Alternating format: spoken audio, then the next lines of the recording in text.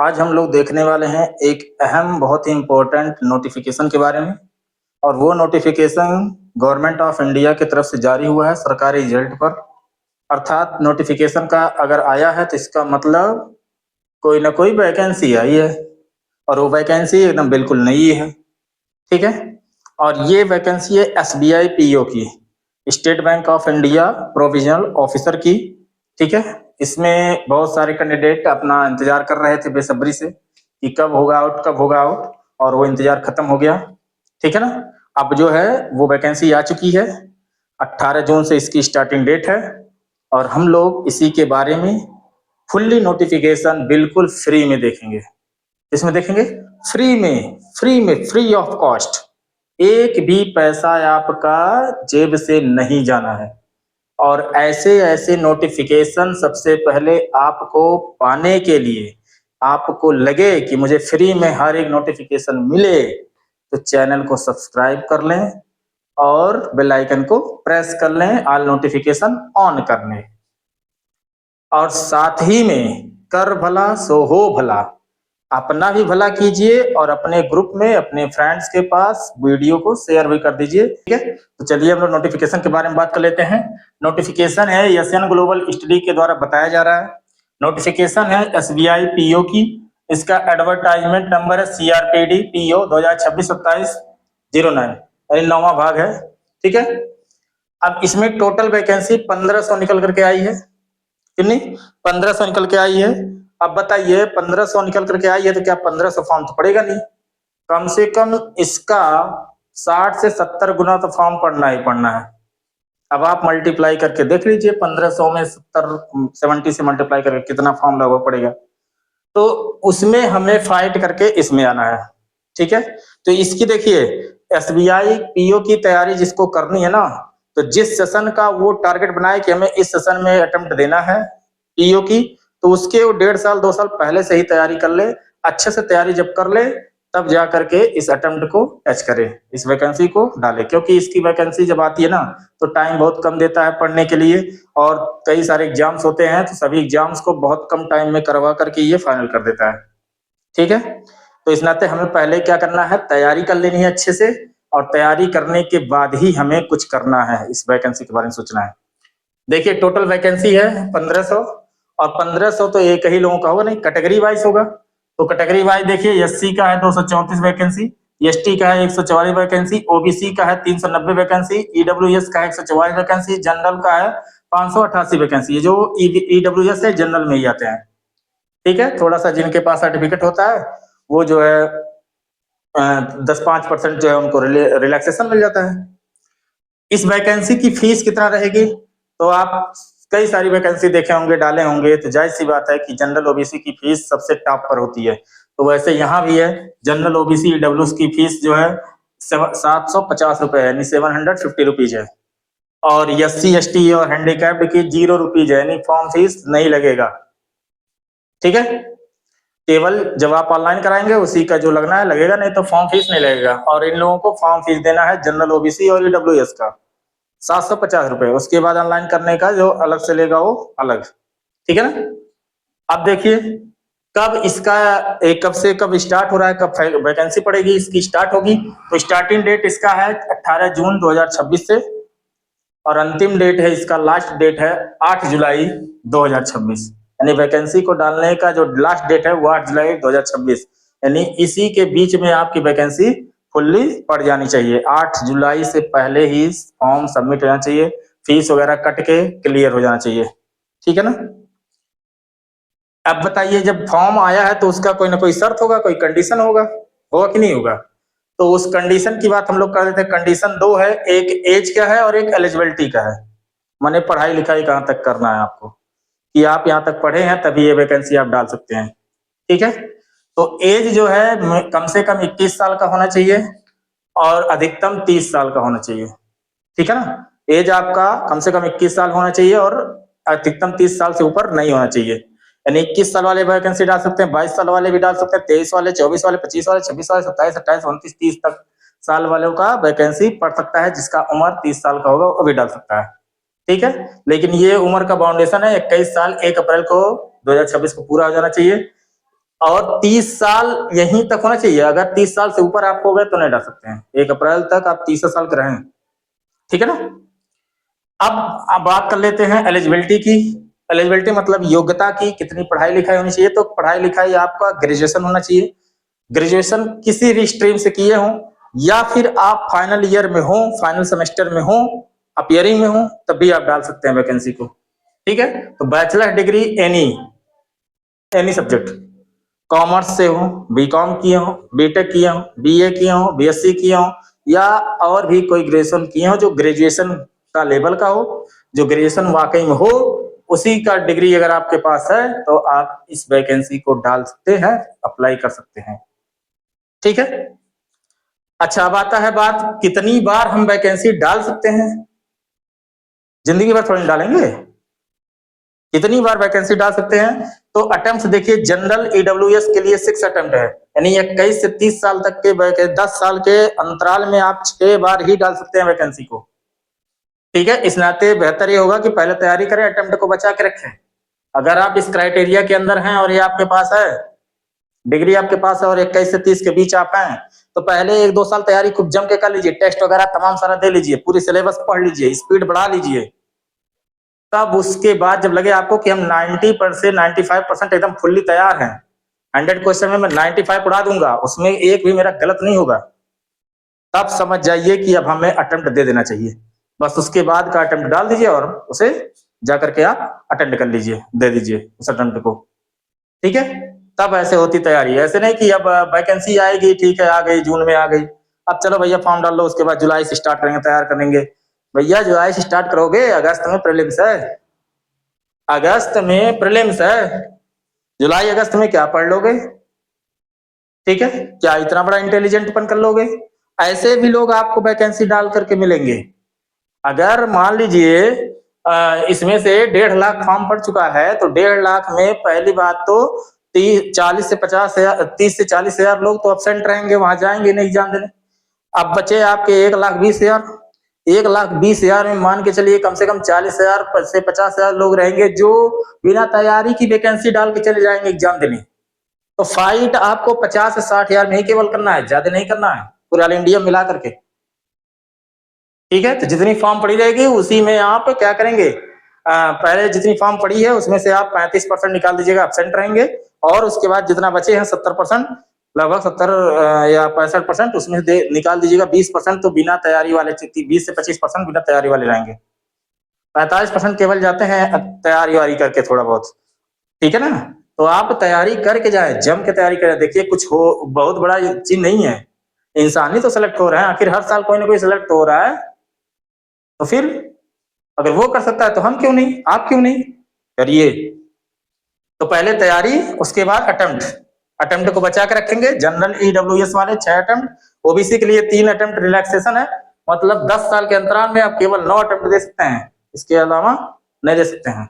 अब ये बताइए, जिसका उम्र मान लेते 25 साल हो गया और अब उसको जानकारी मिला कि हम पीओ अब करेंगे, तो उसके पास 9 अटेम्प्ट थोड़ी होगा। अगर ओबीसी का है, वो 30 साल तक जाते जाते उसका अटेम्प्ट ओवर हो गया, एज ही ओवर हो गया, तो अटेम्प्ट कहाँ बचे भैया। ये अटेम्प्ट 21 से 30 के बीच का है, ये ध्यान रखिएगा। अगर आपकी उम्र 27 साल हो गई है और आप सोच रहे हैं अब हम पीओ की एग्जाम दें, तो आपको तो 1 साल 1.5 साल लग जाएगा तैयारी करने में। तो 1 से 2 अटेम्प्ट खाली आपके तब बचे हैं, समझ लीजिए आप 2 अटेम्प्ट केवल दे सकते हो, उसी में निकाल सकते हैं। तो ये ध्यान रखिएगा, ये नहीं कि 9 अटेम्प्ट है मतलब कि 30 साल के नहीं, 28 साल को हो गया तो तैयारी करने चल रहे हैं और सोच रहे हैं 9 अटेम्प्ट निकाल लेंगे। अरे भैया तुम तो 2 अटेम्प्ट में, 1 अटेम्प्ट में ओवरेज हो जाओगे, है ना। ये अटेम्प्ट उनके लिए है जिनका अभी क्राइटेरिया 21 साल है, 20 साल का कोई कैंडिडेट है, 20 साल का, 21 साल का है, 22 साल का है, उसके लिए अटेम्प्ट है, तो ये ध्यान रखिएगा।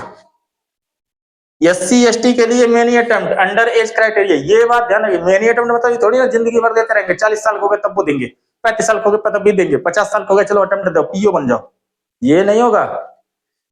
21 से 30 के बीच में जितने अटेम्प्ट दे पाएंगे उतने अटेम्प्ट देंगे। और पहली बात, 21 से 30 के बीच में 10 अटेम्प्ट से ज्यादा कोई दे नहीं सकता है, 10 ही बार तो निकलेगा, साल में 1 ही बार निकलता है, तो 10 ही बार तो एग्जाम दे पाएंगे, तो 10 अटेम्प्ट ही इनके लिए भी है, ठीक है ना। तो ये बात ध्यान रखिएगा, अटेम्प्ट को बचा के रखने के लिए पहले 1-2 साल तैयारी कर लीजिए, उसके बाद अटेम्प्ट दीजिए, 2-3 अटेम्प्ट में आप फाइनल कर लीजिए, मैक्सिमम 2 अटेम्प्ट में। पहले कोशिश रहे कि पहले में निकाल लें, लेकिन नहीं पहले तो दूसरे में तो हर हाल में हो ही जाना है, ताकि इसके बाद पढ़ने की जरूरत ना पड़े। ठीक है ना, नहीं पढ़ते रहिए जिंदगी भर। सिलेक्शन प्रोसेस क्या है? 4 एग्जाम से होकर गुजरना है। ऐसे नहीं है कि फॉर्म डाल दिए गवर्नमेंट फोन की, भैया तुम फॉर्म डाल लिए, बड़े आसान कर दिए हो, और चले हम तुम्हारे लिए पीओ की सीट खाली, आजा भैया, सैलरी तुम्हारी 1 लाख रहेगी, आजा पहुंच जा। ये तो थोड़ी ना 700 रुपये 750 का फॉर्म डाल दिए, उसके पहुंच गए 1 लाख की नौकरी लेने।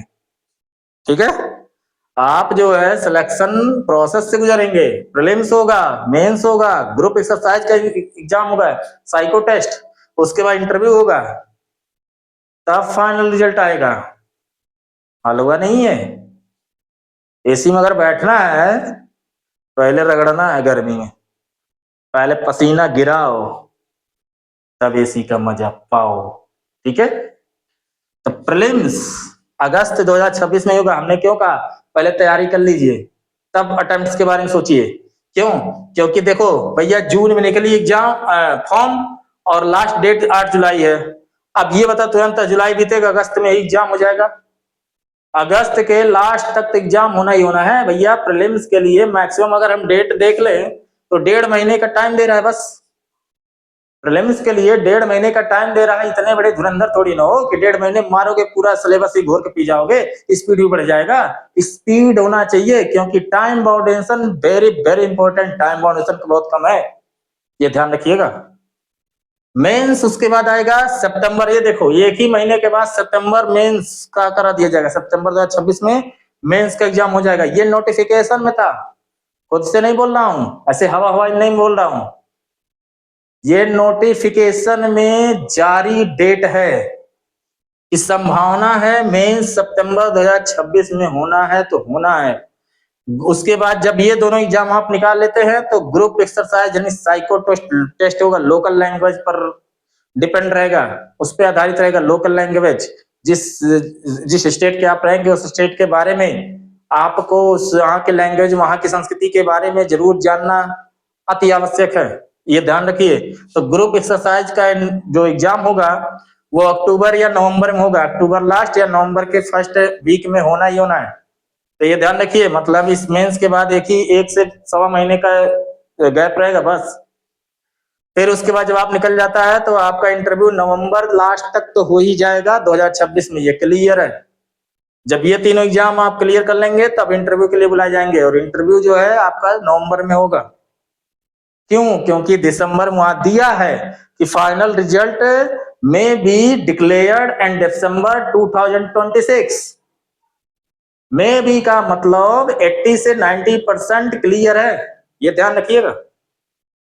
फाइनल रिजल्ट दिसंबर 2026 में निकल जाएगा, नहीं आपका रिजल्ट आ जाएगा। अगर आपने मेहनत किया है, आप 1-2 साल से रगड़ रहे हैं, मेहनत किए हैं, तो आपका फाइनल रिजल्ट दिसंबर 2026 में आ जाएगा। You were selected as a provisional officer in State Bank of India, congratulations.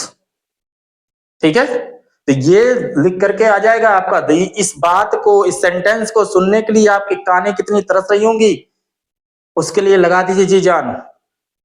कि गर्मी हो या कुछ भी हो, अगर एसी में बैठना है, जिंदगी में गर्मी नहीं लेना, तो 2 साल गर्मी सहना है। 2 साल की गर्मी के बाद फिर लाइफ में गर्मी नहीं होगा। फाइनल रिजल्ट दिसंबर 2026, ये ध्यान रखिएगा।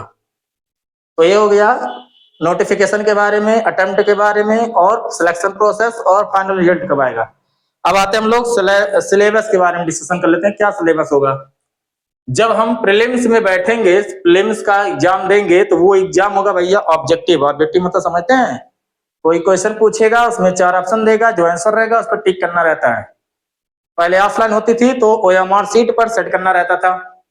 अब भैया ऑनलाइन होगा, सीबीटी टेस्ट होगी, कंप्यूटर बेस्ड टेस्ट है, ध्यान रखिएगा। तो ये ऑब्जेक्टिव है, ऑनलाइन एग्जाम है, 1 ही घंटे का टाइम है, और 1 घंटे में 100 क्वेश्चन उड़ाना है, मजाक नहीं है।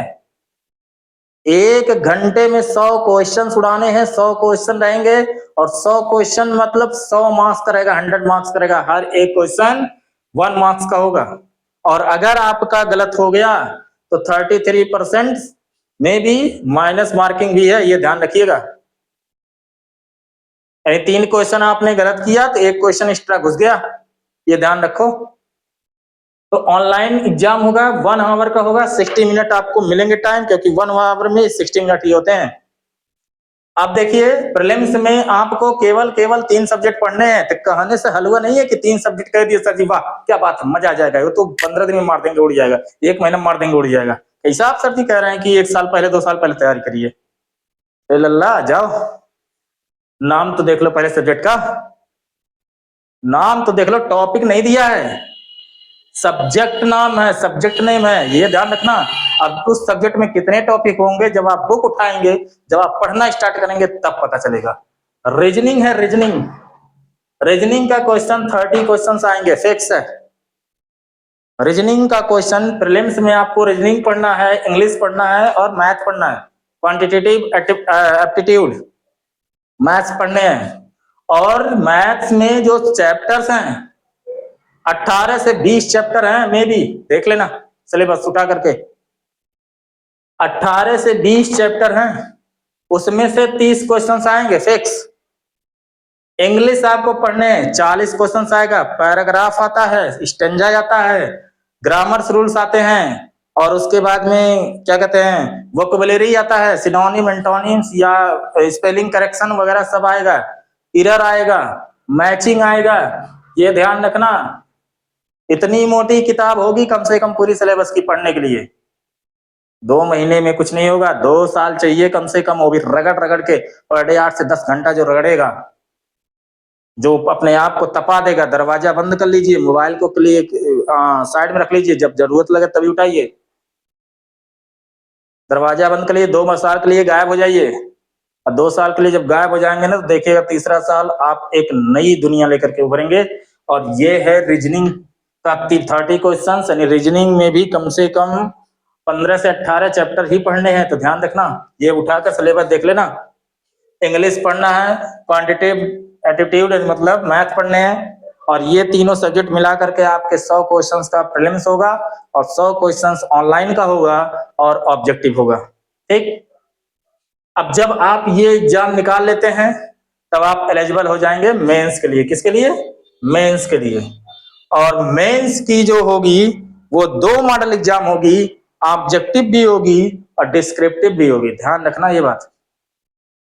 मेंस का एग्जाम 2 मॉडल होगा, ऑब्जेक्टिव एंड डिस्क्रिप्टिव। ऑब्जेक्टिव मतलब टिक लगाने वाला, ऑप्शन चॉइस करने वाला, और डिस्क्रिप्टिव मतलब राइटिंग करने वाला, लिखने वाला। तो मेंस तक का देखेंगे हम लोग सिलेबस, क्योंकि मेन तक यही है, उसके बाद ग्रुप एक्सरसाइज का होता है थोड़ा सा एग्जाम, और इंटरव्यू का हो जाता है, इंटरव्यू तो कोई देखता नहीं है। अब देखिए मेन सिलेबस है, ऑब्जेक्टिव होगा जो ऑनलाइन होगा, 200 मार्क्स का होगा, ये 3 घंटे का होगा, 3 घंटे का online exam, CBT 2 computer based test 2 होगा ये, ठीक है। 200 मार्क्स का रहेगा, 3 आवर्स का रहेगा ये, कितने? 3 घंटे करेंगे। अब इसमें पढ़ना क्या भैया, टोटल क्वेश्चन आएंगे 170, 3 घंटे में 170 क्वेश्चन उड़ाने हैं। अगर आपकी औकात है 1 घंटे में 100 क्वेश्चन उड़ाने की, तो आपकी औकात बन जाएगी 3 घंटे में 170 क्वेश्चन उड़ाने की, ठीक है। रीजनिंग देखिए, अब ये पीछा नहीं छोड़ेगा, तो इसका मतलब रीजनिंग अच्छे से पढ़ना है, क्योंकि मेंस में भी है।